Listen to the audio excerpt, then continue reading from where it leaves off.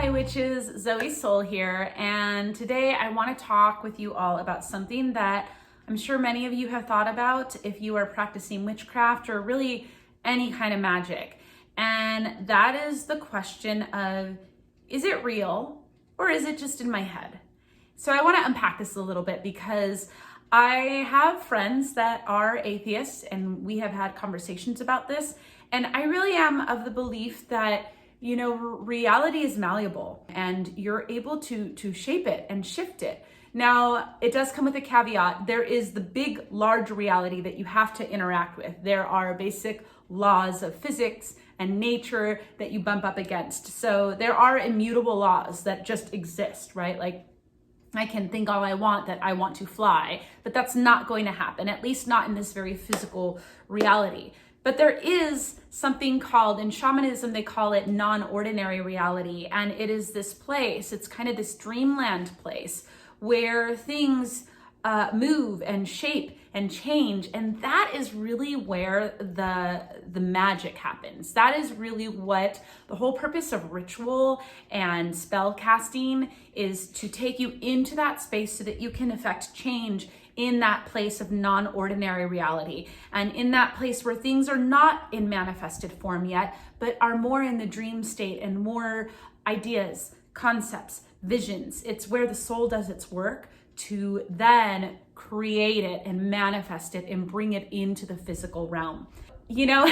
I do think that science is an amazing thing, and there may come a time where science can explain exactly how this works. But at this point, we can't explain quite how it works. We just have ideas and little insights into it. So I do believe that you can be atheist, but also believe in magic.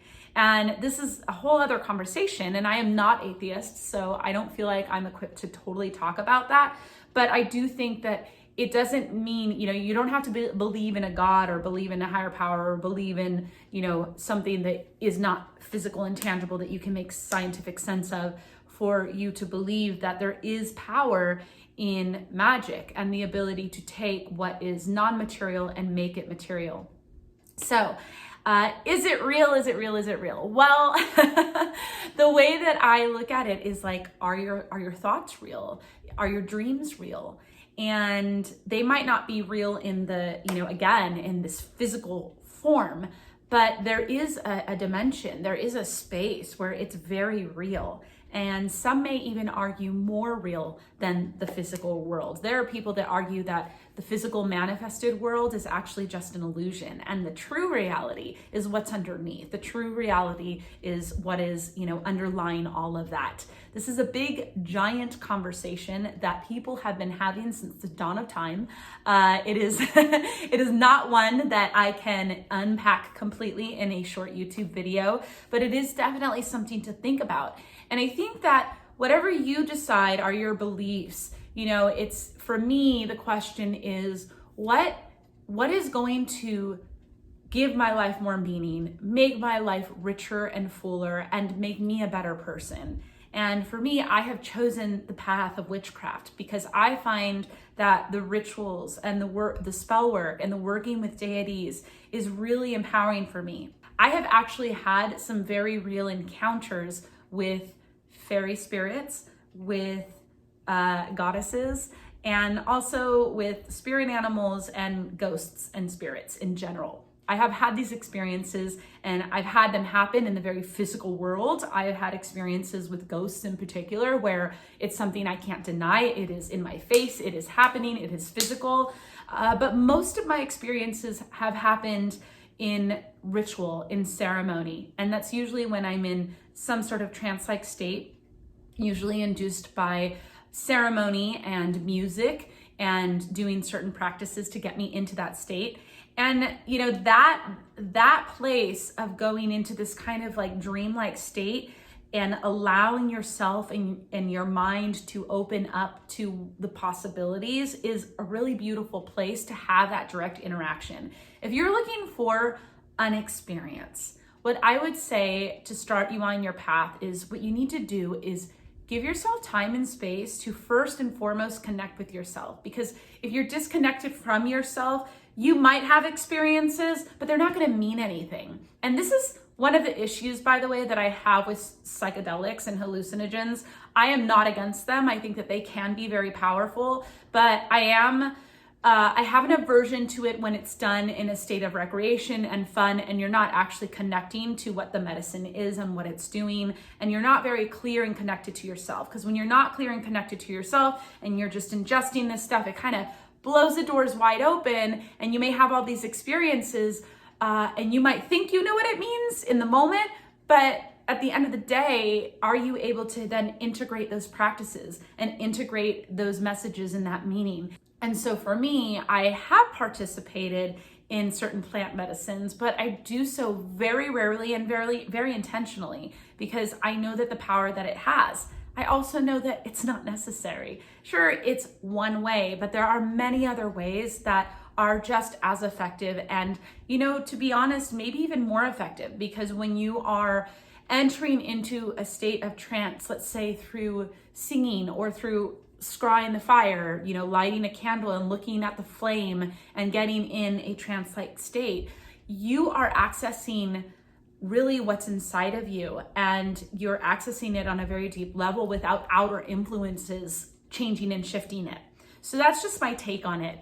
And I know that there's a lot of you that really just want that magical encounter and that magical experience. But I'm gonna tell you, if you don't have that deep connection to yourself first, again, it's not going to mean anything. So that is step number one, connect to yourself. So how do you do that? Well, there's many different ways. You can choose, you know, to journal. You can choose to meditate. You can choose to set up an altar and to sit in that altar space and to commune with the altar and commune with the elements on the altar, whether it's crystals or stones or, you know, candles or magic tools like a cauldron or an athame, whatever it is, you know, any type of practice that is going to force you to be still and to get quiet enough to listen to what's going on with yourself. That is the first step. And then once you do, you'll start to notice that there is this, at least for me, the way I experience it is I feel like there's this inner voice that starts to speak. Now I am very auditory. I am clairaudient, which means I hear. That is my main way. I have become more and more as time goes on clairvoyant, meaning that I can also see, but the way that shows up for me is I will see visions, I will see shapes, I will see lights. But again, it's not like, sometimes, every once in a while, it's very physical, like I will see the thing. But most of the time, it's more of an outline that is, the best way I can describe it is like interdimensional. That is the best way I can describe it. And that, you know, being able to hear and being able to see, all of that came from getting still enough to listen to myself and connect with myself. And through that connection, I was able to access that intuitive part of me. And so if that's something that you really want to experience, you've got to do some inner work first. Now, the other thing I would say is that if you have specific deities that you work with, you can also just ask them. Let's say that you work with, I don't know, Diana or Isis.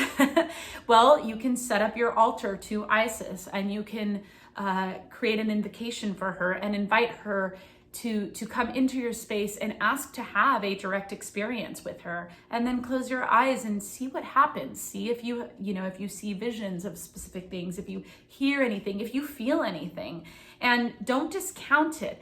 I think the biggest problem that people bump into is they discount it like, oh, it's just my imagination. And the thing is like that is the portal to magic, it's through the imagination.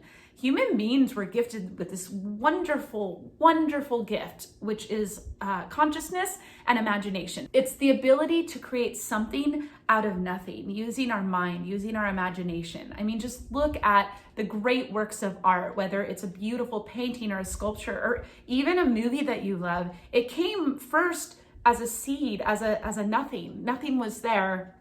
And then somebody had this genius, this spark of like, I want to create this thing. To me, that's magic. That is absolutely magic. So do not discount your imagination. In fact, your imagination is the portal to your direct experience with the divine, with magic, with your craft. It is the most important tool in your craft, in my opinion. You can have a beautiful altar, you can have the highest quality magical tools, you can have, a ritual that was handed down to you from years and years of an old witch lineage, and that doesn't mean anything if you don't have access to your own imagination and your own inner wisdom. So if you are really, really seeking to have a direct experience and you are really wanting to have that connection, start with yourself first. All right, witches, I hope this was helpful. And once again, if you have any questions, please leave them in the comments below. Like and subscribe, because your likes and your subscriptions help me to continue to make these videos. And of course, as always, hit the bell, because when you hit the bell, you'll be notified when I have a new video. Talk to you later. Bye. You think you know, you think you know.